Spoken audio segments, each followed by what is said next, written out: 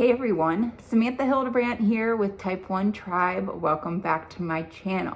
Today I want to talk about what is the best diet for a Type 1 diabetic. So let's get into it. So what is the best diet for a Type 1 diabetic? Well, it kind of just depends on who you ask. If you were diagnosed recently, or even if you were diagnosed a long time ago, you may remember if you went to the hospital what they told you to eat. I remember they handed me this pamphlet that looked like it came from, 1970s and hasn't been updated since. And I remember it was like this old digitally created photo of it was some protein, very little carbs, and mostly veggies. That is what the plate looked like. So if you go to a hospital, that is what they're going to tell you to eat. And usually they tell you to eat that because they have to go by the book. So when you're at a hospital, whatever the book says is what they tell you. They are legally not allowed to say anything otherwise. And I remember actually when I was in the hospital being diagnosed with type 1 diabetes, my nurse and my dietitian were like, "So Samantha, what is your favorite snack?" And I said, "Chips." And they kind of both laughed at me and they basically said, "Well, from now on, you're just gonna have to eat cheese chips." And I remember being like, "Excuse me? You're telling me I can never have a tortilla chip ever again? Those are my favorite things in the world." And so obviously that was a very tragic moment for me. But I did learn that I am still able to eat tortilla chips here and there. So that's just a kind of a funny story of what the hospital tells you to eat. They have to go by the book. They have to tell you, to eat little carbs, little protein, and a lot of veggies. That's just what they like to do. If you ask an endocrinologist what you are supposed to eat as a type 1 diabetic, they're honestly not going to give you any information, unfortunately. Endocrinologists have very, very, very little experience and very little knowledge in dietetics and nutrition. They, I think, have to take maybe one class their entire medical career about nutrition, which is insane. And so if you ask your endocrinologist what you should eat as a type 1 diabetic, well, they're probably going to say, "I don't know, whatever you want, I don't know." They're going to have no idea, because they just don't have that experience and they don't have that knowledge in this realm. And then if you ask a type 1 diabetic who has been a type 1 diabetic for 25 years, they may say, "You can eat absolutely anything you want because we have insulin," which is awesome, right? That's a great response, and they're not wrong. You are able to eat technically anything that you want because thankfully we do have insulin that will cover the carb count for those situations. If we want to eat pizza or chips in my case, or ice cream or pasta, anything that has carbs, we are able to eat it because we have insulin. And within the type 1 diabetic community, there are a lot of people, most type 1 diabetics will say, "We can eat anything we want." And they are not wrong. But I do want to get a little bit more into why maybe following another diet could be more beneficial for your type 1 diabetes. I'm not necessarily saying that it's, the only option or the best option. It's just another option. So I want to get into that now. So you may have heard of Dr. Bernstein. He is a type 1 diabetic who is a doctor, and he wrote this book. And a lot of people know about him in the diabetes community because he has a method, a solution to controlling your diabetes, whether you're type 1, type 2, gestational, whatever it is. He has a pretty strong method that I actually agree with for the most part. And I wanted to talk about that today. One thing, though, that I wanted to mention is I actually have not read this book fully through. I only know about him through the diabetes community. I've seen, posts about him and things that he's taught, and I've heard just research studies that he's done. So I haven't read this fully through. I have read part of it, but I have not read it fully through. So take this with a grain of salt. But it is a really good option if you are a type 1 diabetic that maybe has a high A1C and you aren't in range that often and you want to be in range more often and you want a better A1C. He has a really good method that I would actually recommend following. Now, caveat here. I do want to say I eat a lot of carbs. Maybe not a lot, but I eat carbs. Okay, so I actually don't follow his diet to a T. I do not, but I think it's a really good option to know about if you are looking to lower your A1C, stay in range more often, and get healthier overall, right? Like, I notice as type 1 diabetics that we tend to only focus on our pancreas, right? Like, oh my gosh, my blood sugar's high, my blood sugar's low. Like, that's all we talk about. And while, yes, I know that's a large load as it is, I think if we as a type 1 diabetic community talked more about health overall, then I think it would still help our diabetes management.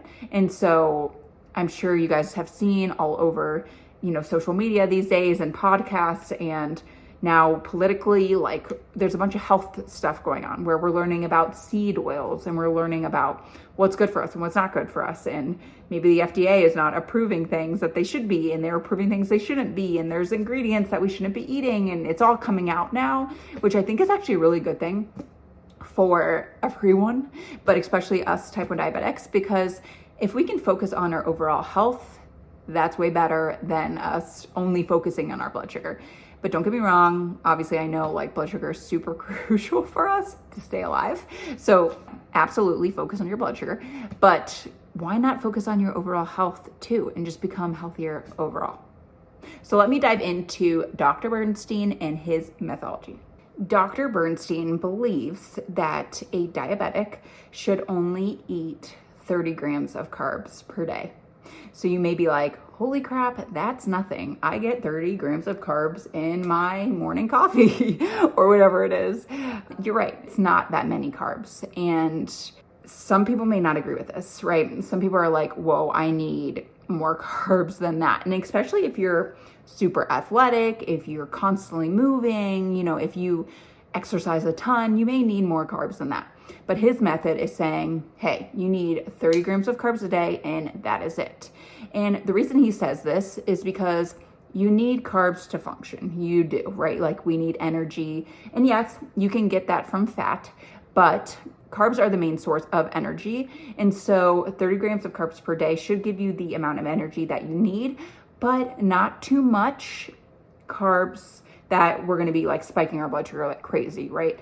So the 30 grams of carbs is what he recommends that a type 1 diabetic, a type 2 diabetic, pre-diabetes, really actually anyone, but he focuses on diabetics, that we should eat 30 grams of carbs per day.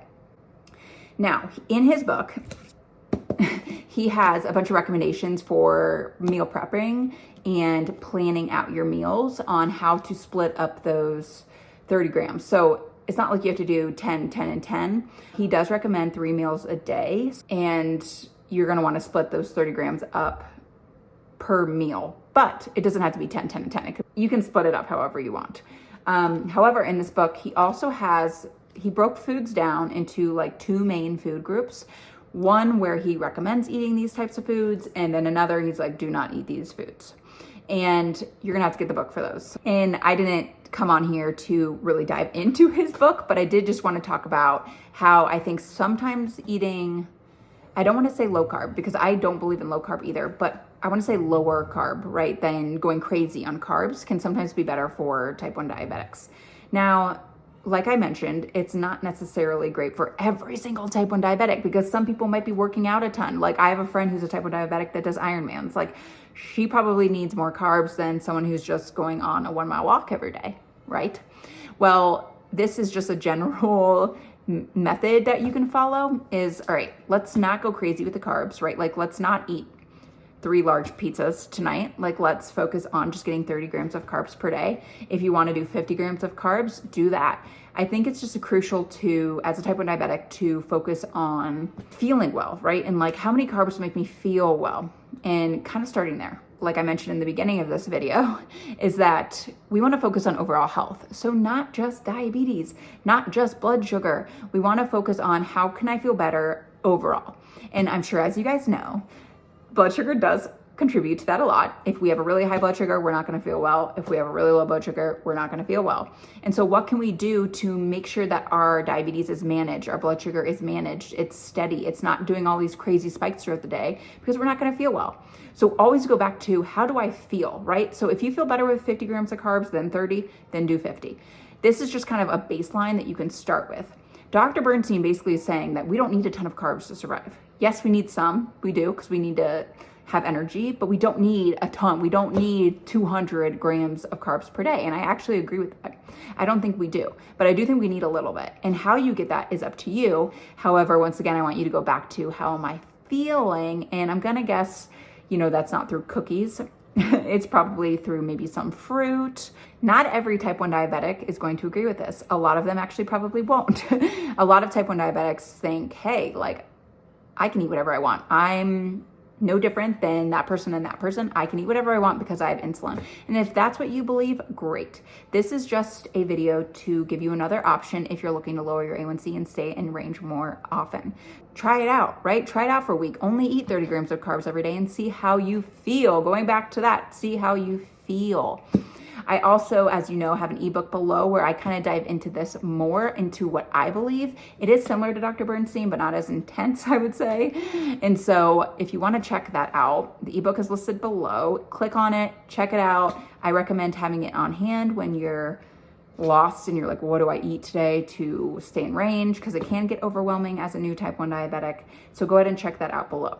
But really, the key here is to focus on how you feel overall every single day and avoid blood sugar spikes. So really what I want you to do today is eat whatever you want, write down how you feel, write down what your blood sugar does, right? This is super, super key. Second, try eating lower carb.